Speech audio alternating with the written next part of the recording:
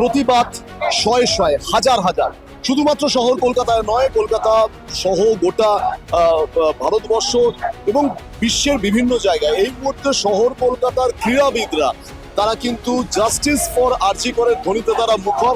আপনারা দেখতেই পাচ্ছেন সেই ছবি আমরা যদি আপনাদের সামনে তুলে ধরি তাহলে গত 8ই আগস্ট যে মৃত্যু দেখেছে কলকাতা, যে মৃত্যু দেখেছে গোটা বিশ্বের মানুষ, অত্যন্ত মর্মান্তিক এই মৃত্যু, সেই জায়গায় দাঁড়িয়ে কিন্তু আজ এই মুহূর্তে গোষ্ঠপালের মূর্তির পাদদেশ থেকে কিন্তু এই ক্রীড়াবিদদের কিন্তু প্রতিবাদ মিছিল, এবং এই ক্রীড়াবিদদের যে প্রতিবাদ মিছিল সেই মিছিলে কিন্তু সামিল রয়েছেন মানে শুধুমাত্র শহর কলকাতা আমি বলবো না, ভারতবর্ষের নামজাদা ক্রীড়াবিদরা বর্তমান থেকে শুরু করে প্রাক্তনী ক্রীড়াবিদরা তারা কিন্তু সামিল হয়েছেন জাস্টিস ফর আরজি করে। কে নেই, গুরবাজ সিং থেকে শুরু করে জ্যোতির্ময়ী শিকদার থেকে শুরু করে ফুটবল জগতের তারকারা কিন্তু রয়েছে। প্রথমে গোষ্ঠপাল মূর্তির পাদদেশে তাদের প্রতিবাদ সভা, এবং সেখান থেকে কিন্তু পায়ে পায়ে পায়ে পায়ে গলায় কণ্ঠ একটাই, জাস্টিস ফর আরজি কর। এই মুহূর্তে এই প্রতিবাদ মিছিল ভবানী ভবন ক্রস করছে। আমরা সেই ছবি আপনাদের সামনে তুলে ধরছি যে গত 8ই আগস্টের যে ঘটনা একেবারে গোটা বিশ্বকে তাক লাগিয়ে দিয়েছে, এবং সেই 8ই আগস্টের ঘটনার পর 14ই আগস্ট রাতে মানুষ দেখেছে যে কিভাবে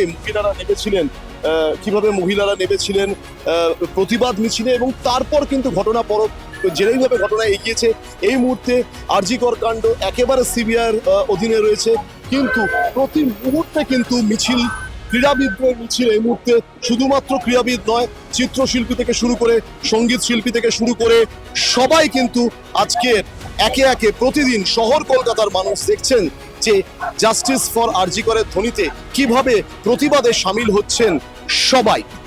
রাজনীতি রং থেকে শুরু করে, একদিকে রাজনীতির রঙও কিন্তু এখন কার্যত দুই ভাগে বিভক্ত।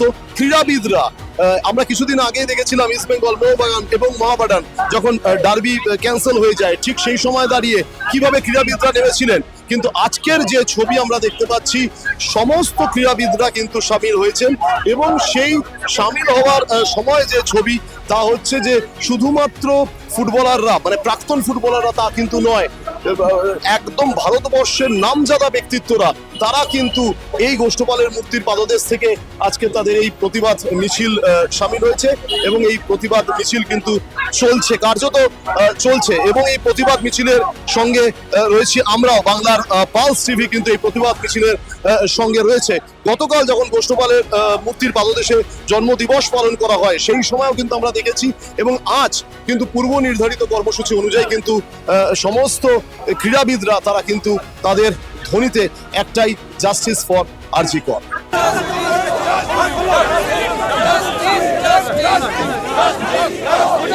মানুষের তো আর ধৈর্যের সীমা রাখতে পারবে, এরপরে মানুষ সবাই বসে হবে তখন না। তো মানে এই মানে সমাজের সর্বস্তরের মানুষ নেমেছে, আজকে ক্রীড়াবিদ তারাও নামলো, তো কোথাও গিয়ে কি মানে বিবেকের তাড়না এটা নাম? নিশ্চয়ই এখানে কাউকে স্পেশালি ইনভাইট করা হয়নি, যে যার আমাদের নিজেদের মধ্যে কথা আলোচনা করতে করতে সবাই ডিসিশন নিয়েছে যে আমাদেরও প্রোটেস্ট করা উচিত। শুধু আমাদের তোমাদের বলে ব্যাপার না, এখানে মানে মানুষের বিবেকের তাড়নায় আসা উচিত, এবং সবাই বিবেকের তাড়নাতেই এসছে। সৌরভ গঙ্গোপাধ্যায় ইনভাইট করেছিলেন? দেখুন, আমি বলেছি আমরা এখানে কাউকে কোনো ইনভাইটেশন করিনি, সবাই যে যার বিবেকের তাড়নায় এসছে। যারা এগুলো করে, আজকে যদি আমরা যদি তাদের কোনো শরীরের কোনো অঙ্গ যদি কেটে নিতে পারি বা এমন দৃষ্টান্তমূলক শাস্তি যেটাতে কিন্তু ভবিষ্যতে আর কেউ খারাপ কথা ভাববে না। আরজি করের মতো জায়গায় দীপনদা এই ঘটনা কোথাও গিয়ে কি একদম হাসপাতালের ভিতরকার নিরাপত্তা নিয়ে প্রশ্ন তুলে দেয়? অবশ্যই, যে কোনো ডেফিনেটলি, কেননা ওটা এমন একটা জায়গা যেখানে আমাদের সমাজকে বাকিদের পরিষেবা দেওয়ার, সেখানে যদি কোনো আমাদের বোন যদি বা কোনো ডাক্তার যদি তারা যদি মানে সুরক্ষিত না হয়, ডেফিনেটলি সবার মনে ডাউট থাকবে। আজকাল এরপরে হয়তো ভবিষ্যতে বা আমার পরিবাররা ভাববেন তাদের সন্তান, তাদের মেয়ে, ছেলে মেয়ে, আমাদের বিশেষ করে মেয়েরা যদি এগুলো একদম কামনা, এগুলো যত তাড়াতাড়ি সম্ভব দোষীদের বের করে উপযুক্ত শাস্তি। আমাদের খেলোয়াড়রা সবাই আমরা ভাই বোনরা এসেছি, আমাদের একটা বোনের এইরকম নির্মম হত্যা করা হয়েছে, তাকে আমরা এটা মেনে নিতে পারছি না। আমরা সবাই মিলে জাস্টিস চাইছি, এবং কালপিট যারা আছে সবাইকে ধরাও, এবং তাদের প্রচন্ডভাবে পানিশমেন্ট দাও, যাতে একটা উদাহরণ হিসেবে থাকে বাংলা, এরকম শাস্তি তাদের দেওয়া হোক, যাতে সারা পৃথিবী দেখে কিরকম শাস্তি অন্যায় করলে পায়। এইরকম শাস্তি আমরা চাইছি, দাবি করছি, আমরা জাস্টিস চাইছি আমাদের ওই বোনেটার জন্য। মহিলা হয়ে খুবই লজ্জিত যে খেলোয়াড় হিসাবে, মহিলা হিসাবে, মা হিসাবে, বোন হিসাবে যে আমাদের পশ্চিমবাংলায় ডক্টর একজন অন ডিউটি অবস্থায় রেপ হয়ে খুন হয়ে যায়, এর থেকে লজ্জার আমাদের মাথা নত হয়ে গেছে। সারা পশ্চিমবঙ্গে, ভারতবর্ষে, বিদেশের মাটিতেও জাস্টিস চাইছে। আজকে আমরা সবাই একত্রিত হয়েছি খেলোয়াড়রা, খেলোয়াড় হিসাবে আমরাও জাস্টিস চাইবো যত তাড়াতাড়ি।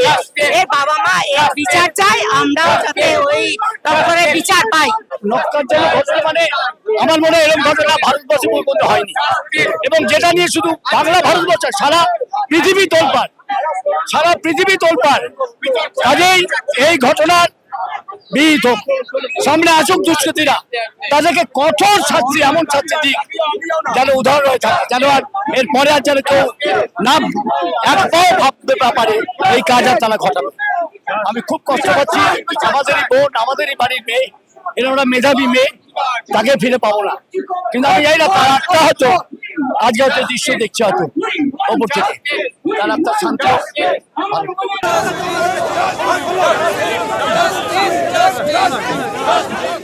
তিলোত্তমার নক্কারজনক মৃত্যুর প্রতিবাদে গর্জে উঠেছে এই শহর, এই বাংলা। ক্রীড়াবিদরা জড়ো হয়েছিলেন আজকের এই জায়গায়, গোষ্ঠপালের একেবারে মূর্তির পাদদেশে, এবং সেখান থেকে তাদের প্রতিবাদ মিছিল, উই ওয়ান্ট জাস্টিস ফর আরজি কর, এই ধ্বনিতে কিন্তু গর্জে উঠল শহর কলকাতার ময়দান চত্বর। যে মিছিল শুরু হয়েছিল একেবারে গোষ্ঠপালের মূর্তির পাদদেশ থেকে, সেই মিছিল ইডেন গার্ডেন হয়ে, আকাশবাণী ভবন হয়ে, সেই মিছিল গঙ্গা হয়ে, আবার ইডেন গার্ডেন হয়ে, মোহনবাগান ইস্ট বেঙ্গল মাঠ হয়ে, সেই মিছিল আবারও গিয়ে শেষ হলো গোষ্ঠপালের মূর্তির পাদদেশে। একটাই প্রতিবাদ, একটাই কণ্ঠ, যে সবাই বিচার চায় এই নক্কারজনক ঘটনা। প্রতিবাদী কণ্ঠ গর্জে উঠুক, ময়দান চত্বর গর্জে উঠুক। ক্যামেরায় সত্যজিৎ সাহার সঙ্গে রাহুল গুপ্তের রিপোর্ট, বাংলার পালস টিভি, কলকাতা।